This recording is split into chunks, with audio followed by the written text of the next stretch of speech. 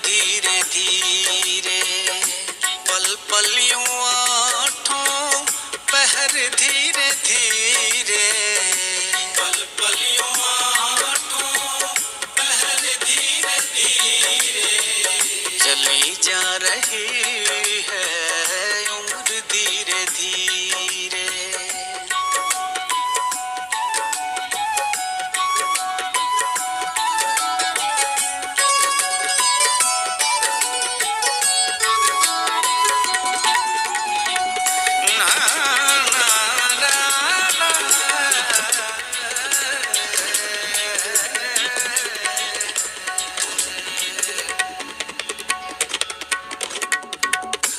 बचपन भी जाए जवानी भी जाए, बचपन भी जाए जवानी भी जाए, बचपन भी जाए जवानी भी जाए, बुढ़ापे का होगा असर धीरे धीरे, बुढ़ापे का होगा असर धीरे धीरे, पल पल यूं आठों पहर धीरे धीरे, चली जा रही है उम्र धीरे धीरे, चली जा रही है उम्र धीरे धीरे।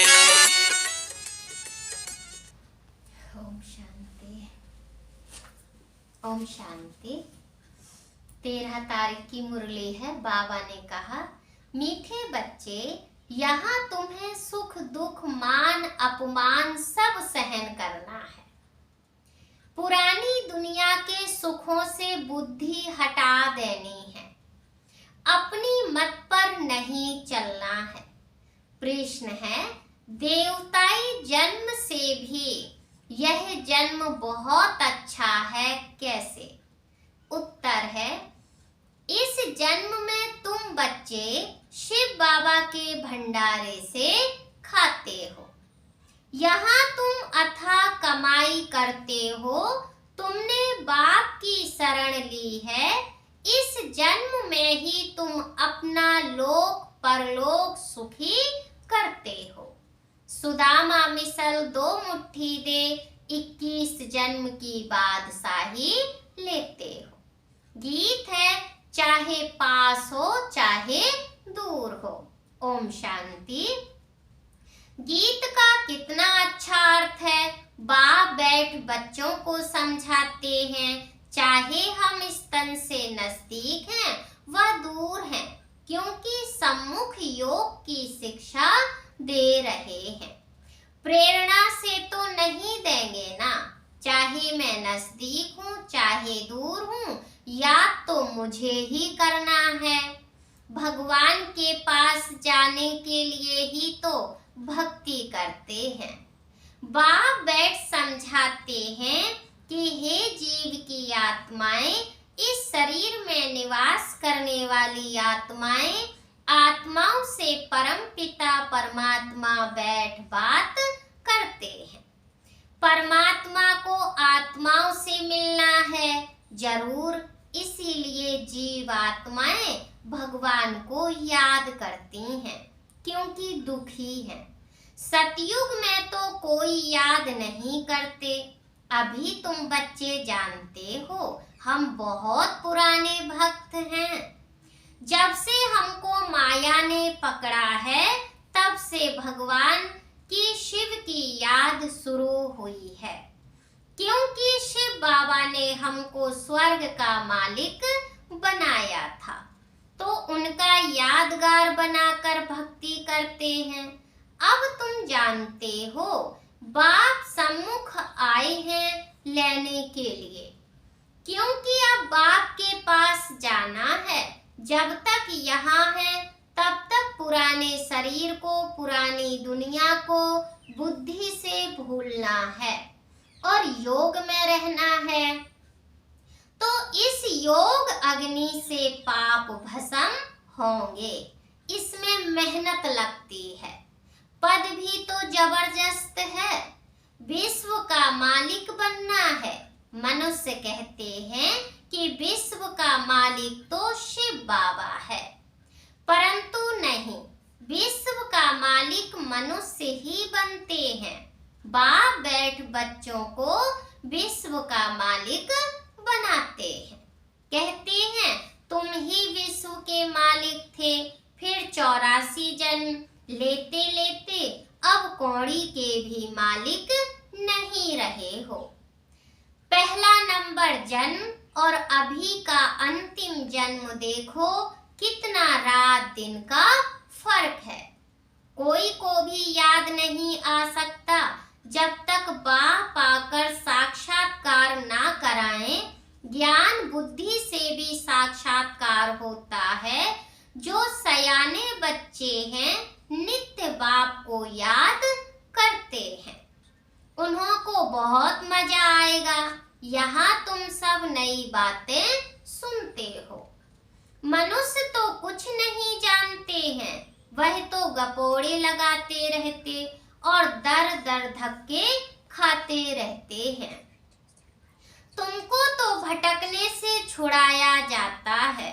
बाप कहते हैं तुम आत्मा हो, मुझ बाप को याद करते रहो। बुद्धि में यही विचार रहे कि हम आत्माओं को बाबा के पास जाना है। यह नई सृष्टि जैसे हमारे लिए नहीं है। यह पुरानी सृष्टि तो खत्म हो जाएगी, फिर हम स्वर्ग में आकर नए महल बनाएंगे। दिन रात बुद्धि में यही चलना चाहिए। बाप अपना अनुभव सुनाते हैं। रात को सोता हूँ तो यही ख्यालात चलते हैं, यह नाटक अब पूरा होता है। यह पुराना चोला छोड़ना है। हाँ, विकर्मों का बोझा बहुत है, इसीलिए निरंतर बाबा को याद करना है। अपनी अवस्था को दर्पण में देखना है। हमारी बुद्धि सबसे हटी हुई है।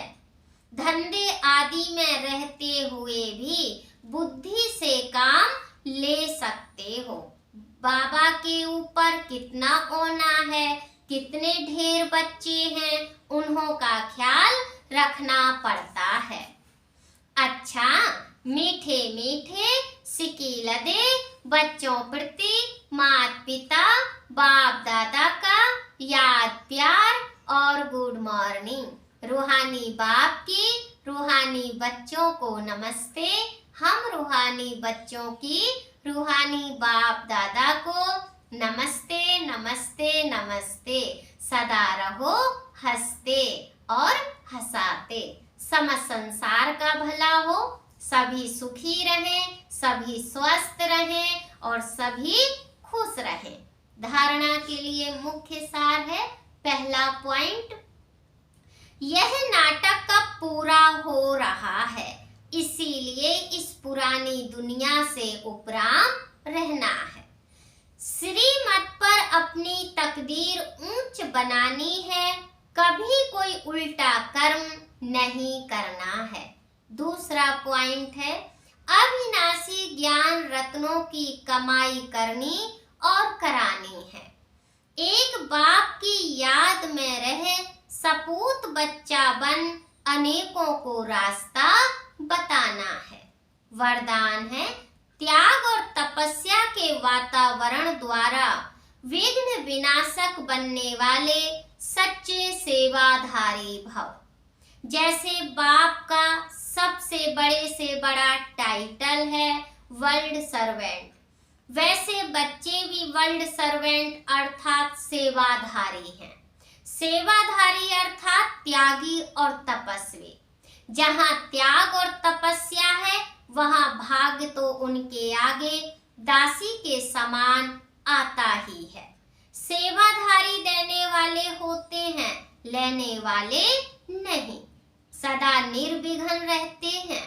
तो सेवाधारी समझकर त्याग और तपस्या का वातावरण बनाने से सदा विघ्न विनाशक रहेंगे।